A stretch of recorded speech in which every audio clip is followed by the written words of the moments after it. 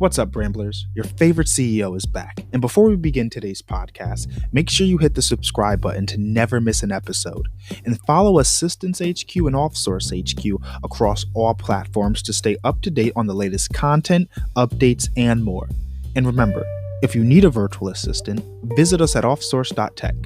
Now, before we begin, a word from our sponsor. Hey guys, welcome back to another wonderful episode of The Ramblings. I'm your host, Angelo Roberts, and I have with us today Molly Mandelberg of Wild Hearts Rise Up. Introduce yourself. How are you doing today? That is almost a mouthful. How did you come up with the name?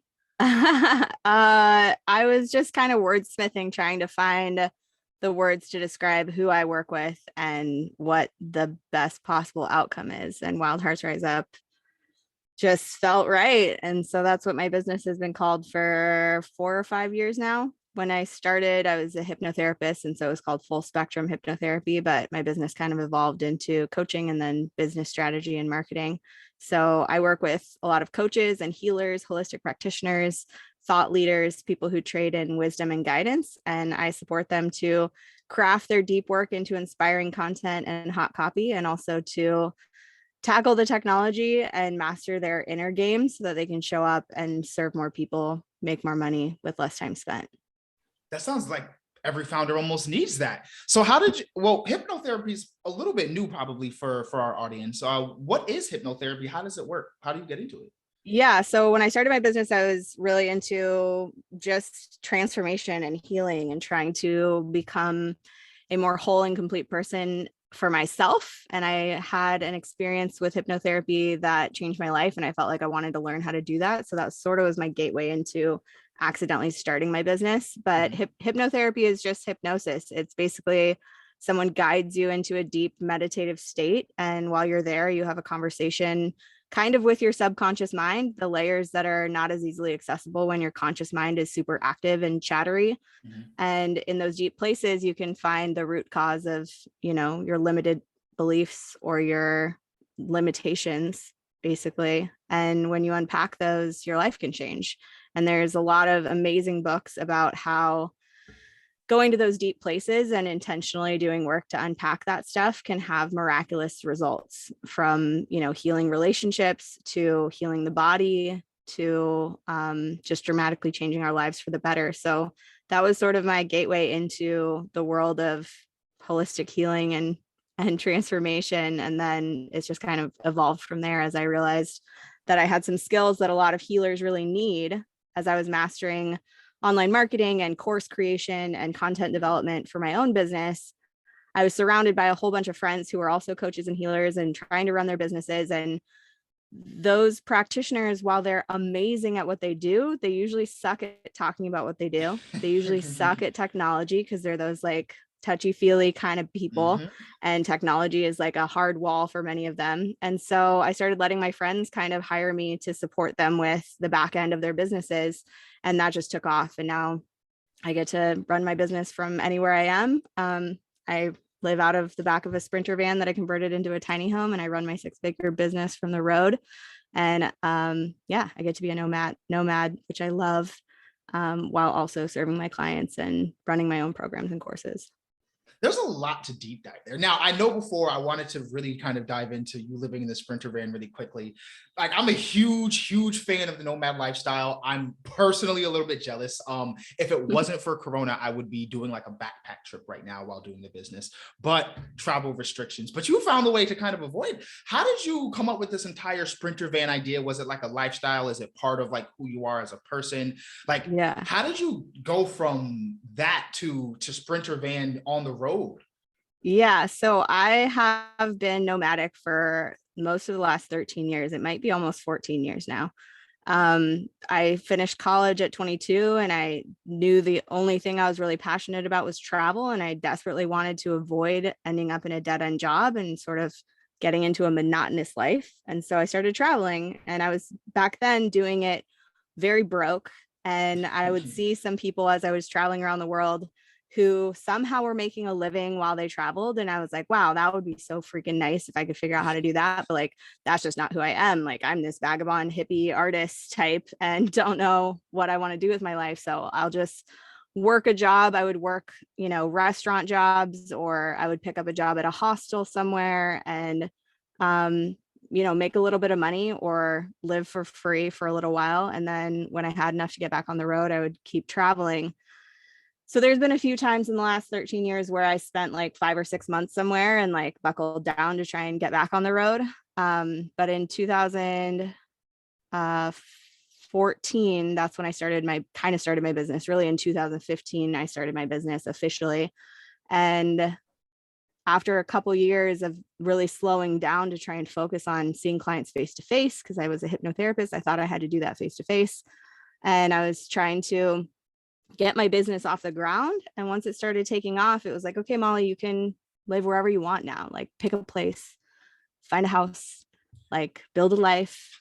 And then there's the deeper part of me going, absolutely not. We're not doing that. So what else is possible? And so I thought, I want to be on the road. I want to travel. My loved ones live in a lot of different places. From traveling so many years, I have friends and family all over the place. And so I thought, traveling in my Subaru isn't that comfortable. And what else could I create? So I went and test drove an RV. And that was sort of a leap of faith for me, trying to put myself inside an RV, driving it around, thinking, is this what I want to live in? And I got a full body no, that was a little bit too big, too conspicuous. I would have to park it in campgrounds, so that would cost more money. It wasn't really what I wanted. And so van life was starting to sort of show up on my Instagram feed at the time. And I was like, oh, that looks cool. So then I started doing some research of like, what would it take to actually build out a van like that? And I did not do enough research before buying the van, but a already converted Sprinter van was way out of my price range. So I was like, okay, get the empty cargo van and figure it out. And it was very much a bigger project than I realized going into it. Just all the different things that I had to learn how to do to make it happen. But fortunately, we live in the age of YouTube. And so I just picked it up. I happen to be a crafty person and an artistic person. So putting things together, understanding how to like make something function is really fun for me. And I spent about 2.5 years traveling in it full time while building it out. So I built the bed in Colorado. I put the solar panels on in Minnesota. You have solar panels too? Oh yeah, this is fully off grid. Oh, this is a completely okay. So for the podcast and the people that aren't going to see the video, you're not going to be able to see, but she has full wood panels, like super great wood grain and everything. Like there's solar panels on top, as she said. Walk us through like the story of making this entire kind of RV, because I know we're going to get a couple of other things. Yeah. This is very interesting to me. Yeah, I mean, it starts with insulation. I was in Oregon when I bought the van. That's where my mom lives. And I put the first layer of insulation in and I ripped out the floor. It had been a plumber van before, so the floor was really nasty. Ripped out the floor, put the like sound deadener and whatever, and then plywood and then a vinyl flooring that looks like wood on the floor. And I literally just had the first layer of Reflectex on the walls and the floor done. And I packed all my shit into it, excuse my language, and started traveling. And I was on sort of a speaking tour because I was starting to like become a speaker and do gigs. And so I was traveling and doing workshops and classes all over the country that first trip, and kind of camping in the van really, because I didn't have any amenities yet. But along that speaker journey, I stopped at my dad's house in Colorado and he helped me build the bed. And then, like I said, Minnesota, I put the solar panels on. I went to Asheville, North Carolina, and my friend helped me put the roof panels in. And I just kind of pieced it together as I went. And I wasn't in a rush. Like I didn't stop in one place and like spend a month building out the van. I just did one piece at a time as I could afford it and as I could get my head around how that part was going to work. And then there were a couple big pushes. Like before I would go to Burning Man each year, I was like, no, I have to finish the kitchen. There's kind of a joke about Burning Man that you pack everything but the kitchen sink. And the first year going to Burning Man after getting the van, I was like, no, the kitchen sink is coming. I have to build the sink. I have to figure out how that's going to get plumbed and function. And yeah, so I have a fully functioning kitchen. I don't have an oven, but I have a 2-burner stove, a fridge. I've got lights. I've got 400 watts of solar on the roof. So I can easily, right now I've got my computer plugged in, my fridge plugged in, my lights on, and everything is working great. Okay, I'm gonna have I could take an entire podcast talking about that. Now, the way you built it is very unique to how businesses can kind of start, right? Especially when you're starting out, you're doing just a little bit and then you're transitioning. You might actually get the LLC, the paperwork, websites, and building that out. What did the transformation of your business look like during this time? Because you said you started doing hypnotherapy, you're doing the speaking gigs. Would you say any of the way you were building the van correlated with how you were building your business? Yeah, I mean, that's an amazing metaphor I never really put together, but building the van was absolutely the same way that anyone would build a business. You take the one next thing that must happen and you figure out how that's going to work and you focus on that one project until that is functioning. And then you can move on to the next project. If I was trying to build the kitchen and the stove and the bed and figure out the wiring for the solar panels and all of that at one time, I would go crazy. Just the way that if you're trying to create an online program and still understand how to email your list and still trying to go crazy on social media platforms, like maybe all 5 of them at once, you're going to go nuts. But if you focus on one thing and create a system for yourself for how that one thing is going to function well, then you can have this running thing in the background and move on to the next project and understand how that's going to work. And in that same way, I've gone from running a business that was only one-on-one to having, 10,000 people on my email list, having dozens of online courses and programs and offerings that people can dive into at all different price ranges, and having, the ability to attract new clients at any time, which is something that my past self would like drool over. I absolutely can see that. So you said hypnotherapy was something that you thought you had to do in person, right? Now that obviously would have been canceled before, like, during this coronavirus time, but you had managed to get everything. I gave up my small office I had rented for a few months and I started seeing clients on Zoom. But at the same time that I was realizing I didn't want to be seeing people face to face, I was also realizing that I was kind of done with hypnotherapy.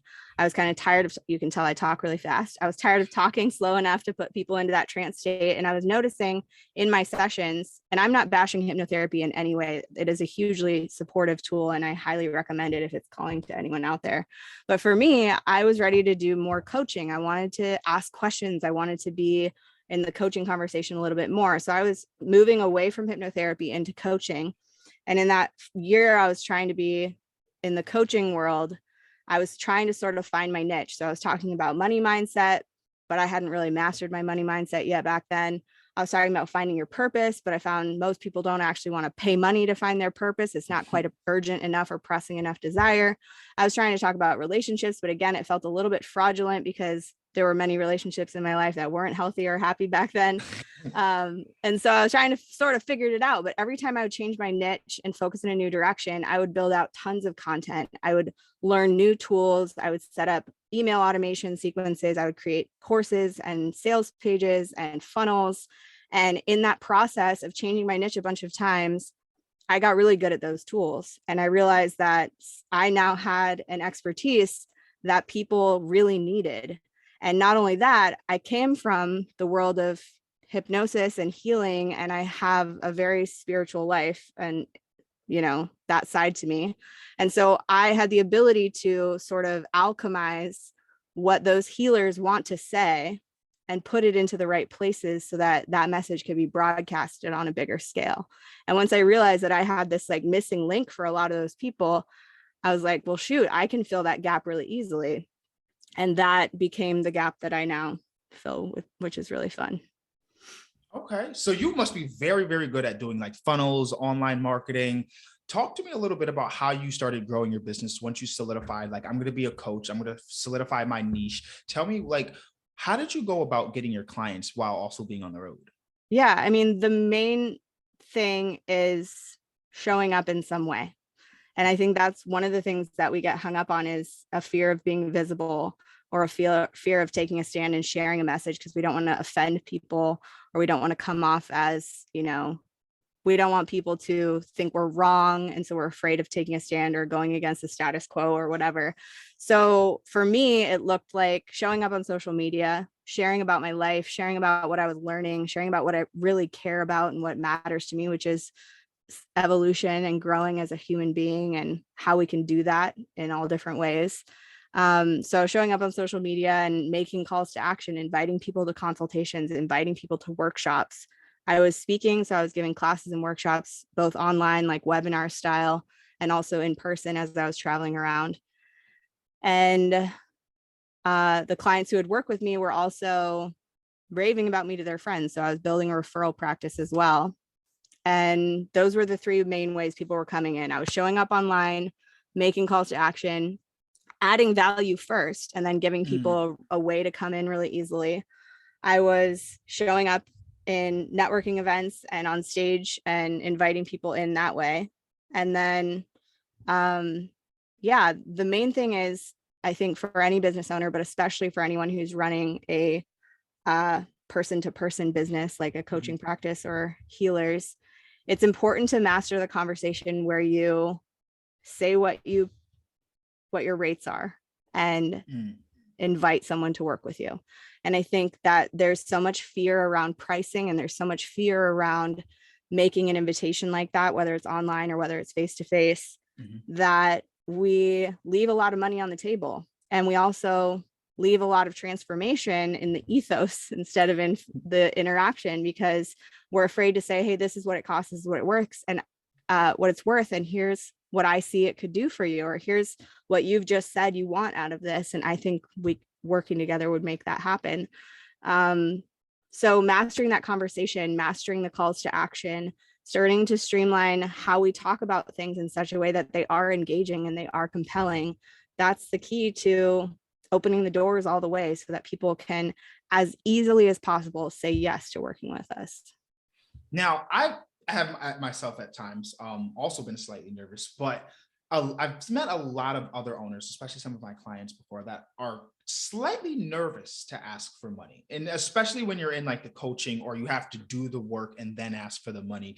How does someone get over that kind of fear of, hey, like, oh, okay, just do it? Yeah. And if it's really uncomfortable for you, you could just make it a practice every time you see yourself in the mirror or something, is like, hey, the package costs this much. Would you like to get started? Because it can be that simple. What happens in the sales conversation a lot of times is we say, oh yeah, it's $4,000, but like we could make payment plans, and like, we get so uncomfortable, we want to fill the silence and say, oh, it could be a few $100s off because I'd really love to work with you. It seems like a really good fit. So like, I'll fill all this uncomfortable tension space. And before they've even had a chance to say yes to the $4,000, now it's $3,000 in payment plans. And we make a mess of the situation just because we're uncomfortable. So if we can practice that, looking in the mirror, or just saying it while we're meditating, or just taking a walk with your dog and being like, the package costs $4,000. Would you like to get started? The key there is to not fill the silence. It's to say what it's worth, and then hold your breath and wait for them to respond. And many times when you're just standing in that, they're the ones that have to break the tension. And sometimes it's a yes and sometimes it's a no. But to master the part about your energy, and that you can say the number and you can say, would you like to get started? And coming from a place of, if it's in the highest good, it will work out. And if it's not in the highest good, then like, I bless you on your way. It's okay to have a no. The other side of that is also allowing the no to never be about you. That when someone says no to working with you, it has nothing to do with you. It has everything to do with them and where they're at. And if we go through our businesses and lives taking every no as a personal offense, then it becomes really hard and stressful and emotional to do your business. So those would be the two things I would tell people to practice. One, practice having that money conversation. If you have a partner, if you have a dog, have that conversation, that especially the pricing part of that conversation, over and over and over again, until you don't have an energy spike every time you say it, and you can just say it confidently and lay it on the table. And then do whatever you got to do inner work wise to let go of a no meaning anything about you. Wow. Okay. So with a lot of coaches out there, how do you differentiate yourself, and what goes into your pricing model? Like, how would another coach say, I would like to be a coach? How do I charge? How do I go about charging? Yeah. So you start out with, what do you really believe the value is of your hour of time that you're spending with that person? Like, what is your time worth to you right now? And then usually people lowball themselves. So I say, add a little bit to that number until it feels slightly uncomfortable. And then there's two ways to raise your prices, because generally people are going to start out with a low rate because they haven't decided that their work is valuable enough, or they don't want to charge more than their mentor or whatever. The ways to raise your rates in my book is when that discomfortable number becomes too comfortable, you can raise your rates. When your schedule is so full that that hour of time is now worth more to you, raise your rates. And another way to do it, which my mentor, who's also my godmother, when I was first starting out coaching, we had calls every week so she could mentor me just on what it's like to be a coach. She says every time you get 3 yeses, your rates go up. And that's how she's stair-stepped herself up to working with top Explain level that a little bit more. I didn't mean to cut off real quick, but what do you mean by 3 yeses and then raise? If you get 3 clients to say yes to your $2,000 package, it's now $2,500. If you say 3 new clients say yes to your $2,500 package, it's now $3,000. And that can't go on forever, right? That's kind of insane. And it is a little bit like braggadocious to be like, well, my rates just went up, and you don't have to tell anybody. But this is why I don't put my rates on my website, is because I reserve the right to increase them or adjust them at will. I don't feel like I need to announce it to anyone. If anything, if I have a client renew a package, I let them renew at the rate they joined at one more time and let them know, just so you know, my rates have gone up since you hired me. And the next package, if you want to keep working together after this one, will be that new rate, just so you know.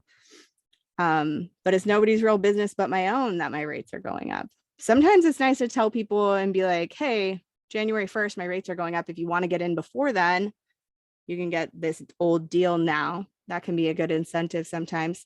But really the point is, at least in the coaching industry, your value and what you deliver for that value, it's up to you.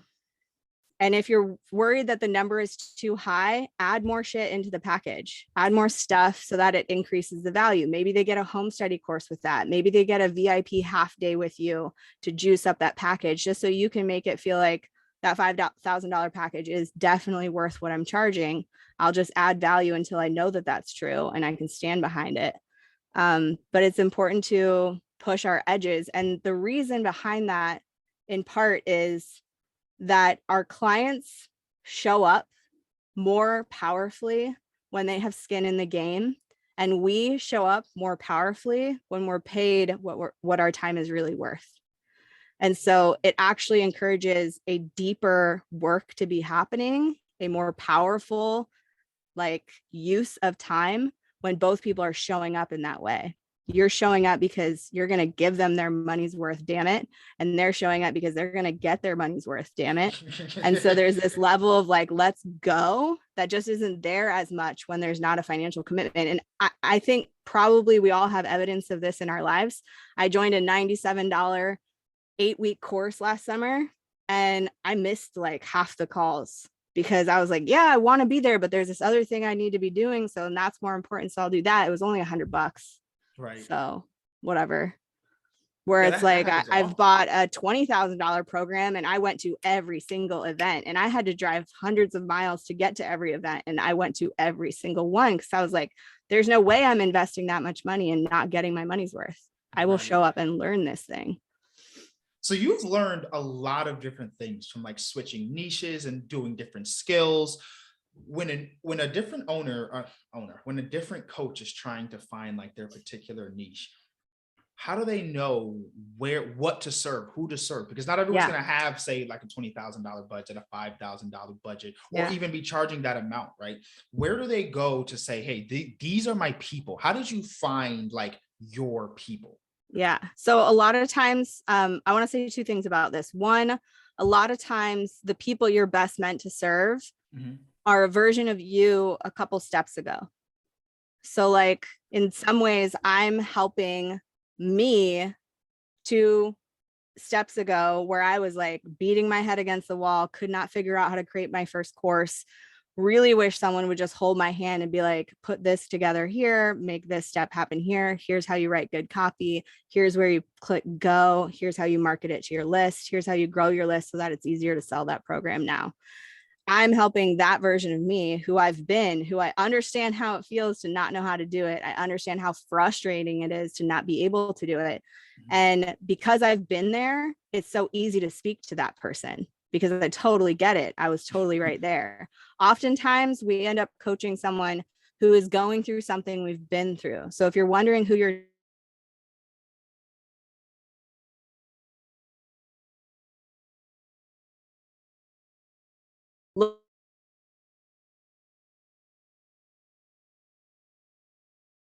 face that problem, and you are very well positioned to support them.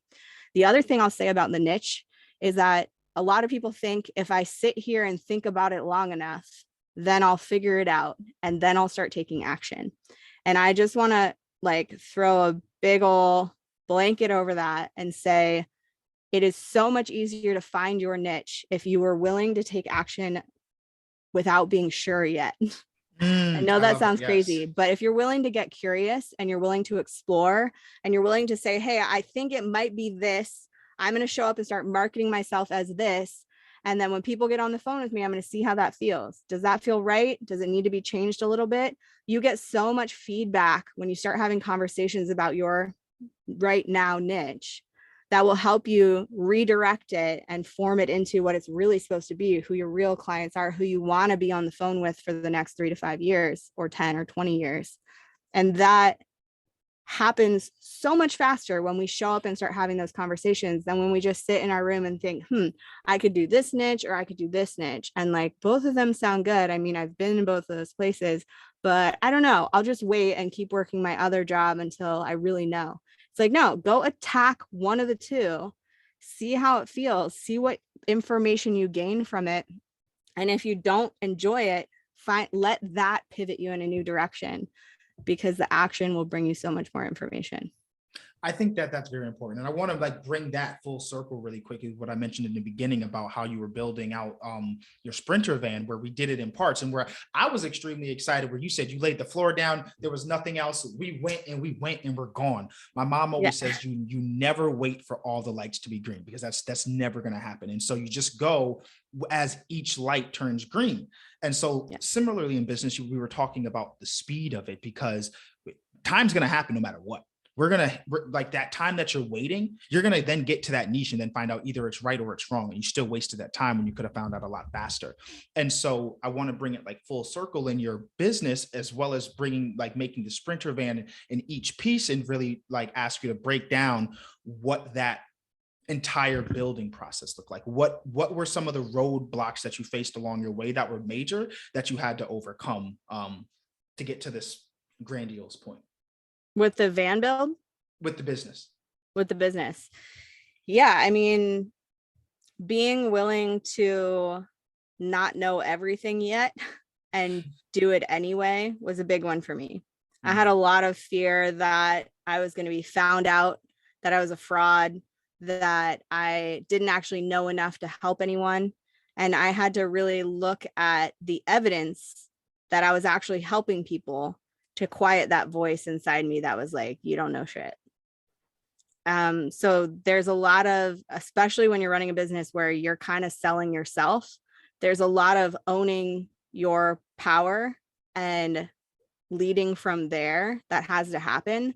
That if that inner self-talk is too sabotaging, we won't do it. We won't show up. We won't share our message. We won't grow the business because there's a part of us that's too afraid to let us. And so that part has to be dealt with. So that was a big one for me, was just gaining the confidence to actually show up and do it and let people know what I was up to. Another one is the technology itself. Like I said, it was a big hang up for me to so badly want to grow an online business, to have courses, to build passive income and all of that, and not know how the pieces of the puzzle went together. And once I figured out that I actually have quite a knack for putting those pieces of the puzzle together, it was like so fun to get to share that with other people and be like, you're confused, I get it, and here's how this part works. And so learning those tools and like being close to tears. I remember being, so many tabs deep down different rabbit holes that I was like, I'm never going to get this. and having moments of realization of like, you know what, I'm not stupid. People have figured this out before. I either need to just sit here long enough, or I need to find somebody who knows it better than I do to learn it from, and making that decision to just whatever the fuck it takes, learn this stuff. And that's what I did. And so sometimes we need to look at the thing that's stopping us, whether it's technology, whether it's confidence, whether it's, you know, some inner limitation that says we can't have the things that we want in life for whatever reason. And we have to choose that no matter what it takes, I am going to expand beyond this. I'm going to find a way through it. And that commitment and that dedication leads us to the right teacher or mentor or tool or transformation that allows that next thing to happen, I think. Okay. So before I have to, get you out of here and everything, what has been like the turning point of your entire business? Like, what was the point where you said, oh, this is really going to be good, and like I can't stop this, like this is too good to stop? Yeah. For me, like I said, I came from this spiritual hypno healer side, Mhm. and I went really far in the other direction of like marketing and technology and automation tools.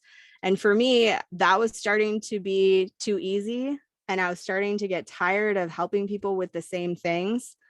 So of course I created a course to teach them those parts so I wouldn't have to teach it anymore. But for me, that side of me, that deeper knowing, that higher wisdom was feeling left behind. And so for me, finding a way to synthesize those two, to bring in the healer, to bring in the higher self wisdom, to bring in the inner transformation aspect to what I do, which is help business owners grow their businesses. That was the turning point for me when I started to synthesize those two sides. Yes, let's create system of operations in your business, and let's use the tools of technology to like make it easy. And let's also get whatever inner stuff is in the way out of the way so that you can actually do the work you're meant to be doing. And now all of my programs almost bring both those sides together of like, who are you being in addition to what are you doing, so that you can go big as possible with as much ease and joy and glory as possible. I love it. We always like to ask like a super ending question. And it's normally something like number one tactic you would give to like coaches and stuff like that. But I want to ask something very selfish. Yes. What is your best travel story? Oh gosh. I think my best travel stories are run-ins that I've had. The two that come to mind, one was a giant boa constrictor that we had to battle in Costa Rica. Battle of boa constrictor in Costa Rica. Oh Yeah, it's a long story, but basically the boa constrictor had killed one of our like backyard neighbors, who was our friend Tracy, killed her cat and was like sitting on her front lawn trying to eat the cat. And she was on the phone with animal control, and they were like, we can't take a snake of that size. And she had 5 more cats, and they were like, it's going to come back for the rest of your cats, and you don't know if it's going to be inside while you're sleeping next time. So like, you have to kill the snake. And so me and my 4 girlfriends who were living in Costa Rica had to figure out how we were going to kill this 10-foot long boa constrictor. We ended up finding some local guys on the beach to help us, but that was quite a story. Oh, okay. And then about 2 years ago, I was in Tucson with my brand new dog at the time. We had been together for a couple months. And I was sitting right here on my computer, and the door was open. The dog was on his leash right outside the door in a neighborhood in residential Tucson. And thank goodness I was on mute because I was attending a Zoom call, which I am 90% of the time hosting a Zoom call. So luckily I was on mute, but I heard my dog scream, and I looked outside, and there was a bobcat attacking my dog. Oh my God. And I actually jumped within 10 seconds, jumped out of the van, grabbed the bobcat by the nape of its neck, threw it off of him, and grabbed the dog, got in the van, closed the door, and freaked out. You grabbed a bobcat by the neck? Yes. In hindsight, I'm not sure I would choose to do it again, but in this one instance, it worked out fine, and it was the right move, and it saved my dog's life. And yeah, that was probably the craziest story from traveling that I've got. That That is beyond anything I could ever see. You grabbed a bobcat by the neck. I know, pretty raw. Oh my gosh. Like as it was like in hunting mode. Like it's like I'm hungry. I want to attacking my dog. Yeah. Oh, I'm glad I asked that question. There's a podcast episode about that if anybody wants to hear the whole story. Send me the link. I'll put it in the description. If you like, the link is going to be in the description. You guys have to go listen to that episode. I want to go listen to that episode because that's phenomenal. Nice. Thank you so much for joining us today, Molly. It's been literally absolutely amazing having you. I am extremely jealous. We're gonna have to have like a whole offline kind of conversation. Where can we find you? Like, tell us, where can we find you on social media, website? Give us a shameless plug.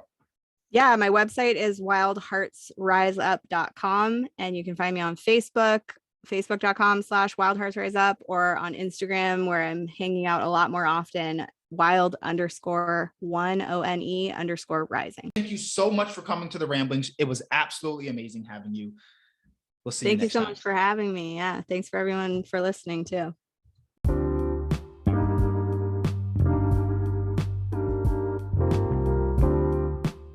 Hey Ramblers, that's it. Podcast is over. Don't leave yet though. If you enjoyed today's episode, make sure to like, share, and subscribe to the podcast, and follow us on YouTube at OffSource HQ. We'll see you next time.